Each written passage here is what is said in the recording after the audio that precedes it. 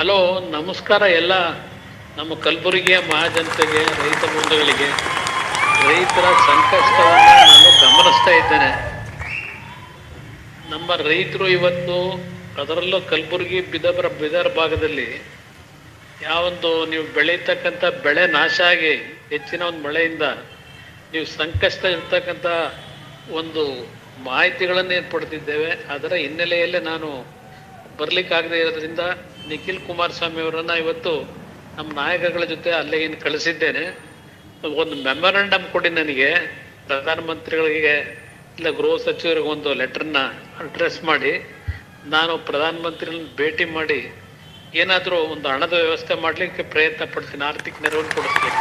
ಎಲ್ರಿಗೂ ಒಳ್ಳೇದಾಗಲಿ. ನಮಸ್ಕಾರ. ಇಲ್ಲ ಕೇಳಿಸ್ಕೊಡ್ರಿ, ಧನ್ಯವಾದ.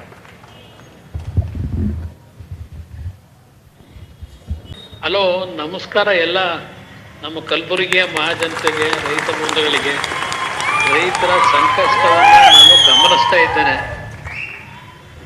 ನಮ್ಮ ರೈತರು ಇವತ್ತು, ಅದರಲ್ಲೂ ಕಲಬುರಗಿ ಬಿದರ್ ಭಾಗದಲ್ಲಿ ಯಾವೊಂದು ನೀವು ಬೆಳೀತಕ್ಕಂಥ ಬೆಳೆ ನಾಶ ಆಗಿ ಹೆಚ್ಚಿನ ಒಂದು ಮಳೆಯಿಂದ ನೀವು ಸಂಕಷ್ಟ ಇರ್ತಕ್ಕಂಥ ಒಂದು ಮಾಹಿತಿಗಳನ್ನು ಏರ್ಪಡ್ತಿದ್ದೇವೆ. ಅದರ ಹಿನ್ನೆಲೆಯಲ್ಲೇ ನಾನು ಬರಲಿಕ್ಕಾಗದೇ ಇರೋದ್ರಿಂದ ನಿಖಿಲ್ ಕುಮಾರಸ್ವಾಮಿ ಅವರನ್ನು ಇವತ್ತು ನಮ್ಮ ನಾಯಕಗಳ ಜೊತೆ ಅಲ್ಲಿಗೆ ಕಳಿಸಿದ್ದೇನೆ.